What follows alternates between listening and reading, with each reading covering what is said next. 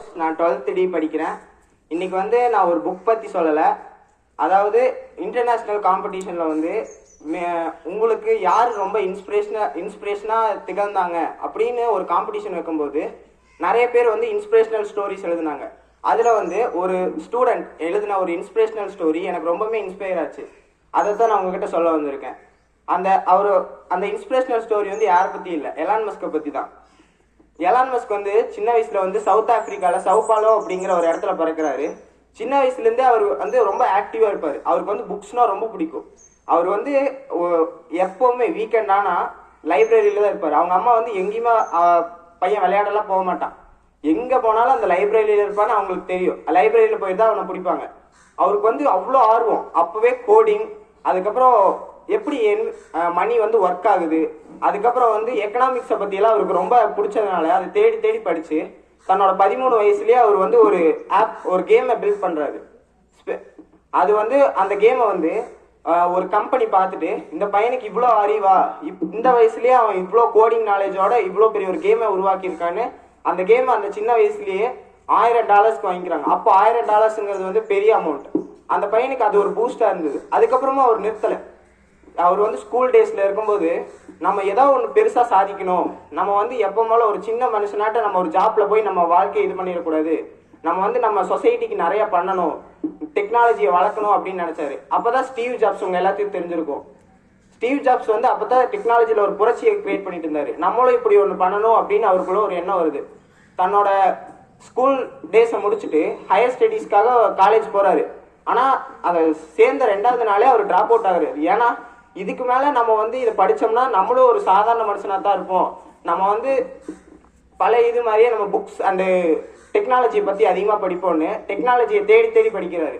அதுக்கப்புறம் ஒரு 4-5 ஃப்ரெண்ட்ஸை சேர்த்திட்டு ஒரு மேப், இப்போ நம்ம யூஸ் பண்ணுறோம்ல கூகுள் மேப், அந்த மாதிரி ஒரு கம்பெனியை ஸ்டார்ட் பண்ணுறாரு. அது ஃபர்ஸ்ட் எடுத்தோடனே அவ்வளோ ரீச் எல்லாம் ஆகலை.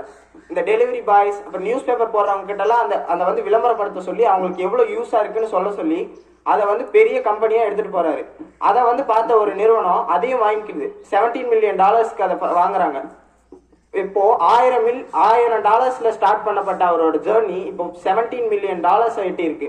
ஆனால் அதோட அவர் நிறுத்திடல. அவர் நினச்சிருந்தா அதோட அவரோட கெரியரை என் பண்ணிட்டு சந்தோஷமா வாழ்ந்துருக்கலாம். ஆனால் அவருக்கு இன்னும் பிக்காக ஏதோ சாதிக்கணும் நம்ம டெக்னாலஜியில் அப்படின்னு நினச்சி இன்னும் ஃப்ரெண்ட்ஸ் சேர்த்திட்டு அந்த காசை வச்சு நம்மளே ஃபர்ஸ்ட்டு உங்களுக்கு எல்லாம் தெரியும் பேபேல், அதை ஃபர்ஸ்ட்டு கிரியேட் பண்ணது அவரு தான், எலான் மஸ்க் தான். அந்த பேபேல் தான் ஃபர்ஸ்ட்டு ஆன்லைன் டிரான்சாக்ஷனை உருவாக்குச்சு. அதுக்கப்புறம் அந்த ஆன்லைன் டிரான்சாக்ஷனை பார்த்துட்டு இருந்த ஒரு கம்பெனி ஈபே, அது அதில் ரொம்ப ஆர்வம் காட்டுச்சு, நம்ம இதை விற்கலாம். ஆனால் அவருக்கு அதில் இன்ட்ரெஸ்ட் இல்லை. ஏன்னா அது வளர்ந்துரும், நம்ம அதிகமாக அதில் கெயின் பண்ணுவோம்னு அவருக்கு தெரியும். ஆனால் அவரோட ஷேர் ஹோல்டர்ஸ் அதை இப்போ நம்ம விற்றாதான் நிறைய நம்மளுக்கு லாபம் கிடைக்கும் அப்படின்னு விற்க சொல்லிட்டாங்க. அவருக்கு வேற வழி இல்லை. ஏன்னா அவரு 25% தான் அதில் ஷேர் ஹோல்ட் பண்ணியிருந்தாரு. வித் 75% அதை விற்க சொல்லிட்டாங்க. ஸோ அவர் எல்லாத்தையும் விற்றாரு. அதுலேருந்து அவருக்கு $216 மில்லியன் கிடைச்சது. அதை வச்சுட்டு அவர் இன்னும் சந்தோஷமா அவரோட லைஃப் ஃபுல்லாக அந்த பணத்தை வச்சே கழிச்சிருக்கலாம். ஆனால் அவர் அதோட நிறுத்தலை. அதை எடுத்து 2 கம்பெனியில் இன்வெஸ்ட் பண்ணுறாரு. டெஸ்லா, அதுக்கப்புறம் இன்னொன்று ஸ்பேஸ் எக்ஸ். டெஸ்லாங்கிறது அவருக்கு அப்போ என்ன நினச்சாருன்னா, நம்ம ஃபியூயல் அதாவது பெட்ரோல் டீசல் இந்த இதெல்லாம் தீந்துரும். ஆனால் சோலார் எனர்ஜி எப்பவுமே தீர போகிறது இல்லை. மனுஷன் இருக்கிற வரைக்கும் அது இருக்கும்.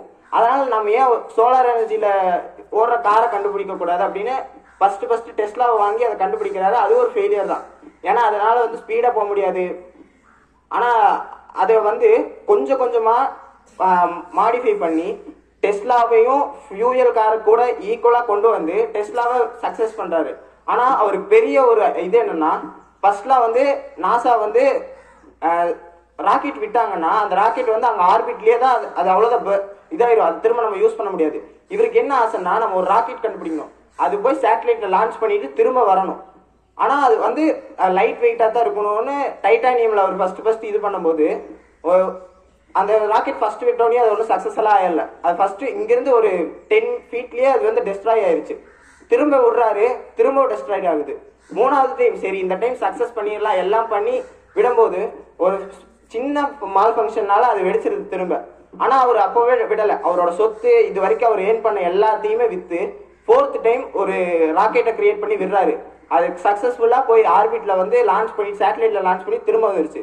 இதனால ஃபர்ஸ்ட் அவர் வந்து நாசா கூட கான்ட்ராக்ட் சைன் பண்ணி அவர் வந்து ஃபர்ஸ்ட் அவர் நிறைய வேலை செஞ்சிருக்காரு, நிறைய சேட்டலைட்ஸ் லான்ச் பண்ற வேலையில இது பண்ணியிருக்காரு. இதுல இருந்து நம்ம என்ன தெரிஞ்சுக்கணும்னா, அவர் வந்து அன்னைக்கே அதை நிறுத்தி இருந்தாருன்னா இன்னைக்கு உலக அரங்குல அவர் வந்து இவ்வளவு பெரிய பணக்காரராகவோ ஒரு டெக்னாலஜியில ஒரு ரெவல்யூஷனை கொண்டு வந்த மனுஷனா இருந்திருக்க மாட்டாரு. ஏன்னா அவரோட மைண்ட் செட், அதுக்கப்புறம் அவரோட தாட்ஸ், நம்ம ஏதாவது பெருசா சாதிக்கணும், நம்ம போறக்குள்ள ஏதாவது இந்த சொசைட்டிக்கு பண்ணணும். ஏன்னா அப்போ அவர் இருக்கும்போதெல்லாம் டெக்னாலஜியில் அவ்வளோ பெரிய ஒரு எவல்யூஷன்லாம் கிடையாது. ஆனால் இப்போ அவர் வந்ததுக்கு அப்புறம் டெக்னாலஜினா எலான் மஸ்க் தான், அவர் மாதிரி டெக்னாலஜியை புரிஞ்சுக்கிட்ட ஒரு ஆள் இல்லை அப்படிங்கிற அளவுக்கு வாழ்ந்திருக்காரு. இதுலேருந்து நம்ம எல்லாரும் என்ன தெரிஞ்சுக்கணும்னா, நம்ம எல்லாருனாலையும் சாதிக்க முடியும், நம்ம எல்லாத்தினாலையுமே பிக்காக அச்சீவ் பண்ண முடியும். ஆனால் கடைசி வரைக்கும் உங்களுக்கு பிடிச்ச வேலையை நீங்கள் செய்யுங்க. யாரோட அவங்க இது சொல்கிறாங்க, இதை பண்ணுறாங்க அதுக்காக நீங்கள் பண்ணாதீங்க. உங்களுக்கு எது பிடிச்சிருக்கோ அதை படிங்க, உங்களுக்கு எது பண்ண பிடிச்சிருக்கோ அதை பண்ணுங்க. தேங்க்யூ.